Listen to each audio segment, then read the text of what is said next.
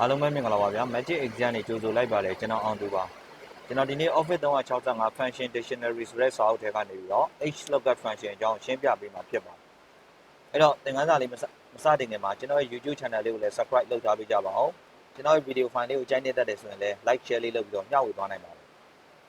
ကောင်းပြီအဲ့တော့ကျွန်တော်တို့ကအခုဒီနေရာမှာ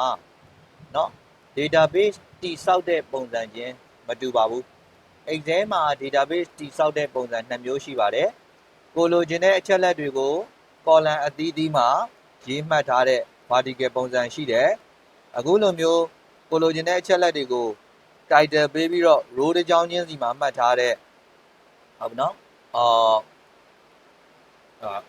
horizontal ပုံစံရှိတယ်ပေါ့အဲ့တော့ကျွန်တော်ဒီသင်ခန်းစာမှာမလုပ်ချင်တာလဲဆိုတော့ဥပမာကျွန်တော်ဒီအခုလူတစ်ယောက်ရဲ့မှတ်ပုံတင်နံပါတ်ကိုရိုက်ထည့်လိုက်မယ်ပေါ့ဥပမာမှတ်ပုံတင်အမှတ် t/ နော်ဥပမာ tt 3.3.1လို့ရိုက်ထည့်လိုက်မယ်အဲ့လိုရိုက်ထည့်လိုက်တာနဲ့တပြိုင်နက်ဒီလိုရိုက်ထည့်လိုက်တာနဲ့တပြိုင်နက်နံပါတ်1ကမှတ်ပုံတင်အမှတ်နံပါတ်1ကအမည်ကအောင်သူအဖအမည်ကဦးတင်ဦးနေရက်ကစင်စုဆိုပြီးတော့ဟောဒီအကွက်တွေမှာအလိုလျောက်ပေါ်လာအောင်ကျွန်တော်က function ရေးသားမှာပါရေးသားတဲ့အခါမှာဒီ lookup function ကိုသုံးပြီးတော့ရေးသားတဲ့ပုံစံတွေကိုရှေ့က video file မှာပြောပြခဲ့တယ်ဒီ lookup function နဲ့ column function နဲ့တွဲသုံးပြီးတော့ရေးသားတဲ့ပုံစံတွေကိုရှေ့က video file မှာကျွန်တော်တို့ပြောပြခဲ့ပြီးပြီအဲ့တော့ database တိစောက်တဲ့ပုံစံချင်းမတူတဲ့အခါမှာ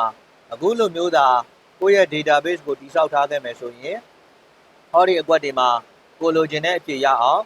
H lookup function ကိုသုံးပြီးတော့ရှာဖွေနိုင်တယ်ဆိုတာကိုကျွန်တော်တို့လေ့လာကြည့်မယ်နော်။အောက်မီ equal H tab lookup value ဆိုတော့ကုန်းနံပါတ်ရိုက်ထည့်မဲ့အကွက်ကိုညွှန်းမယ်။ copy ကူးလိုက်ရင်အဲ့ဒီ cell နံပါတ်ရွေ့မသွားအောင် F4 key နှိပ်ပြီးတော့ lock ချခဲ့ရမယ်။ပေါ်မှာကုန်မယ်။ table array ဆိုတော့ကိုလိုချင်တဲ့အချက်လက်တွေရိုက်မှတ်ထားတဲ့ဇယားကွက်ကြီးတစ်ခုလုံးဆက်လက်မှတ်မယ်။ copy ကူးလိုက်တဲ့အခါမှာဒီဇယားကွက်ကြီးရွေ့မသွားအောင် F4 key နှိပ်ပြီးတော့ lock ချခဲ့မယ်။ပေါ်မှာကုန်မယ်။ row index နံပါတ်နေရာမှာကြတော့ကိုကဘယ်စာကြောင်းကအချက်လက်ကိုလိုချင်တာလဲကိုဆက်လက်မှတ်ထားကျွန်တော်ကအမည်ဆိုတဲ့အချက်လက်ကိုလိုချင်တာဖြစ်တယ်အမည်ဒီကျွန်တော်ဆက်လက်မှတ်ထားတဲ့ area ကြီးရဲ့ဒုတိယစာကြောင်းမှာရှိတယ်ဒုတိယ row မှာရှိတယ်ဒါကြောင့်မလို့အမည်ကိုလိုချင်လို့ row index နံပါတ်နေရာမှာနံပါတ်2လို့ရိုက်ထည့်ရမှာဖြစ်တယ်ပြီးရင် comma ကုန်မယ်အဲ့တော့ဒီနေရာမှာနော်ကိုရဲ့သတ်မှတ်ထားတဲ့မှတ်ပုံတင်အမှတ်ကနော်ဘာလဲဆိုတော့မှတ်ပုံတင်အမှတ်ဒီအတိအကျတူနေတာတူမှရှာဖွေမယ်လို့သတ်မှတ်ပေးရမယ်။ဘာကြောင့်လဲဆိုတော့ကိုရိုက်မှတ်ထားတဲ့မှတ်ပုံတင်နံပါတ်ဒီအနီးဆက်ဆုံးတူစရာအကြောင်းမရှိဘူး။လူတစ်ယောက်နဲ့တစ်ယောက်နဲ့မှတ်ပုံတင်နံပါတ်ကလုံးဝကွဲနေမှာဖြစ်တယ်။ဒါကြောင့်မလို့ exact match ကိုရွေးမယ်။တကယ်လို့ exact match လို့ဒီလိုမျိုးမရွေးချင်ဘူးဆိုရင် false လို့ရေးလို့ရတယ်။ false လို့မရေးချင်ဘူးဆိုရင်3 လို့ရိုက်ထည့်လို့ရတယ်။ဒါဆိုရင်တော့ syntax ရေးသားခြင်းပြီးဆုံးသွားပါပြီ။ control enter ခောက်လိုက်ပါ။ဒါဆိုရင်မှတ်ပုံတင်နံပါတ်1ဒီအောင်သူဖြစ်တယ်။ဒီအပေါ်ကဆဲကွက်ကိုမှတ်ပုံတင်နံပါတ်2လို့ပြင်လိုက်မယ်။တွတ်ပြီဖြစ်တယ်။ရှာဖွေပေးပြီ။ကောင်းပြီကျွန်တော် copy ကူးမယ်။ copy ကူးတဲ့အခါမှာအားလုံးဒီတွတ်ပြီတွေကြီးဖြစ်နေတာကိုတွေ့ရလိမ့်မယ်။အဖအမည်ဆိုရင်အမှန်ဆိုရင်တွတ်ပြီရဲ့အဖအမည်ကဦးကျော်စောဖြစ်ရမယ်။နေရက်လိပ်စာကွက်တစ်ဖြစ်ရမယ်။ formula ကိုပြန်ပြင်ခြင်းနဲ့ဆိုရင်formula ရှိတဲ့ကွက်မှာ selector ကိုရွှေ့ပြီးတော့ F2 key နှိပ်ပါနှိပ်လိုက်တာနဲ့တပြိုင်နက်ဘာကြောင့်ဒီလိုဖြစ်နေတာလဲဆိုတော့ဒီနေရာမှာ row နံပါတ်ကို2လို့ပုံသေးသတ်မှတ်ခဲ့လို့ပါကျွန်တော်ဆက်လက်မှတ်ထားတဲ့ area ထဲမှာအဖအမည်တွေရေးထားတဲ့ row နံပါတ်ဒီနံပါတ်3နေရာမှာရှိပါတယ်ဒါကြောင့်နံပါတ်3နေရာကအချက်လက်တွေကိုလိုချင်ရင်အဲ့ဒီ2ကို3လို့ပြောင်းလဲပေးရမှာဖြစ်တယ်ပြီးရင် control enter ခောက်ပါနေရာလိပ်စာကိုလိုချင်ရင် F2 key နှိပ်ပါနေရာလိပ်စာသည်အခုဒီမှာကျွန်တော်ဆက်လက်မှတ်ထားတဲ့ area တွေက row နံပါတ်4မှာရှိတယ်ဒါကြောင့်မလို့နေရာလိပ်စာကိုလိုချင်ရင်ဟောဒီ2ဆိုတဲ့ကဏ္ဍကို4လို့ပြောင်းလဲသတ်မှတ်ပေးရမယ်ပြီးရင် control enter ခောက်ပါခောက်လိုက်တာနဲ့တပြိုင်နက်မှန်ကန်တဲ့အဖြေတွေရပါပြီဒီအချိန်မှာကုန်းနံပါတ်ကို3လို့ပြောင်းမယ် control enter ခောက်မယ်ပိုးစာဦးလင်းမောင်ဆောင်ကျန်းတောင်စသဖြင့်ရမှာဖြစ်ပါတယ်အဲ့တော့ဒါကတော့အတိအကျတူမှရှာဖွေတဲ့ပုံစံကိုဘယ်လိုရှာဖွေရမလဲဆိုတော့ပြောပြပေးတာဖြစ်တယ် တကယ်လို့ကျွန်တော်တို့ကအခုလိုမျိုးအမှတ်တွေသတ်မှတ်ထားတယ်ဥပမာအမှတ်20မရှိခဲ့ဘူးဆိုရင်သူဒီအဆင့် A ပဲရမယ်အမှတ်40မရှိခဲ့ဘူးဆိုရင်သူဒီအဆင့် B ပဲရမယ်အမှတ်60မရှိခဲ့ဘူးဆိုရင်သူဒီအဆင့် C ပဲရမယ်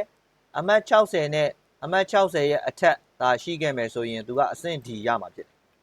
အဲ့တော့ကျွန်တော်ကအမှတ်တွေကိုအခုလိုမျိုးပထမဆုံးစာကြောင်းမှာရိုက်ထည့်ထားတယ်အဆင့်တွေကိုဒုတိယစာကြောင်းမှာရိုက်ထည့်ထားတယ်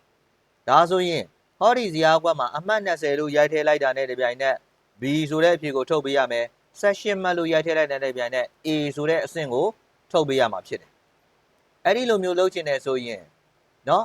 ကျွန်တော်က Hlookup function ကိုသုံးပြီးတော့ရှာဖွေနိုင်တယ်အဲ့တော့အရင်ဆုံးဒီနေရာမှာ19မှတ်လို့ရိုက်ထည့်လိုက်မယ် control enter ခောက်မယ်ပေါ့ပြီးတော့ရင် equal hl tab lookup value ဆိုတော့အမှတ်ရိုက်ထည့်မဲ့ကွက်ကိုညွှန်းမယ်ဒီနေရာမှာဆဲတွေကိုလောချတဲ့အကြောင်းကျွန်တော်လောမချခဲ့တော့ဘူးဘာကြောင့်လဲဆိုတော့ formula ကို copy ကူးပြီးသုံးမှာမဟုတ်ဘူးဆိုရင်ဆဲတွေကိုလောချစရာမလိုဘူးတကွက်ထဲမှာရေးမှာအဲ့တော့ဆဲလောချတဲ့ video file link ကိုအခု video file အောက်မှာချပေးထားပါမယ်တကယ်လို့အဲ့ဒီ dollar sign ရဲ့အကြောင်းကိုနားမလည်ခဲ့ဘူးဆိုရင် link ပေးထားတဲ့ video file မှာပြန်ပြီးတော့လေ့လာကြည့်ပါကော်မာကုန်မယ် table array ဆိုတော့အော်ဒီဇာတ်ကွက်ကြီးတစ်ခုလုံးဆက်လက်မှတ်မယ်ကော်မာကုန်မယ် row index ဆိုတော့ကိုလိုချင်တဲ့အဖြေတွေကကိုဆက်လက်မှတ်ထားတဲ့ table ရဲ့ဒုတိယစာကြောင်းမှာရှိတာဖြစ်တယ်ဒါကြောင့်မို့လို့ row index နေရာမှာနံပါတ်2လို့ရိုက်ထည့်ပေးရမယ်2လို့ရိုက်ထည့်လိုက်ပြီးကော်မာကုန်မယ်ဒီချိန်မှာတော့အနီးဆက်ဆုံးတူလျင်ရှာဖွေပေးပါဆိုတဲ့ option ကိုရွေးရမှာဖြစ်တယ် approximate match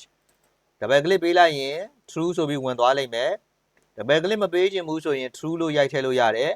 အဲ့ဒီလိုမရိုက်ထည့်ချင်ဘူးဆိုရင်1လို့ရိုက်ထည့်လို့ရတယ်ပြီးတော့ရင်တော့ကျွန်တော် control enter ခောက်လိုက်မယ်ခောက်လိုက်တာနဲ့တပြိုင်နက်19မှတ်ဒီအမှတ်20မပြည့်သေးတာဖြစ်တဲ့အတွက်ကြောင့်မို့လို့ A ဆိုတဲ့အဆင့်ကိုပဲသူကရှာဖွေပေးတယ်တကယ်လို့ကျွန်တော်ကဒီနေရာမှာအမှတ်20လို့ရိုက်ပြီးတော့ control enter ခောက်လိုက်မယ်ဆိုရင်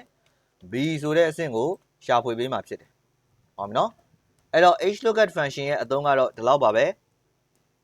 dictionary စာအုပ်ဖြစ်တဲ့အတွက်တခြားအသုံးတွေကိုတော့ကျွန်တော်တခြားစာအုပ်တွေမှာပဲပြောပြပေးမှာဖြစ်ပါတယ် Hlookup function နဲ့ vlookup function ကဆက်နေပါတယ်ဒါကြောင့်မလို့ vlookup function ကိုပြန်ပြီးတော့လေ့လာလို့ရအောင် video description အောက်မှာ vlookup function ကို cell address တွေအကြောင်းကို link နှစ်ခုချပေးထားပါမယ်အခြေခံအားနည်းတဲ့သူတွေကအဲ့ဒီ file တွေကိုပြန်ကြည့်ပြီးတော့မှအခုသင်ခန်းစာကိုလေ့ကျင့်ပေးပါကျွန်တော်ရဲ့ video file တွေကိုအချိန်ကုန်ခံပြီးနားထောင်ပေးတာကျေးဇူးတင်ပါတယ်အလုပ်အကိုင်တွေအဆင်ပြေကြပါစေနောက်ပိုင်းသင်ခန်းစာတွေမှာကျွန်တော်ပြန်တွေ့ကြမယ်ဗျာ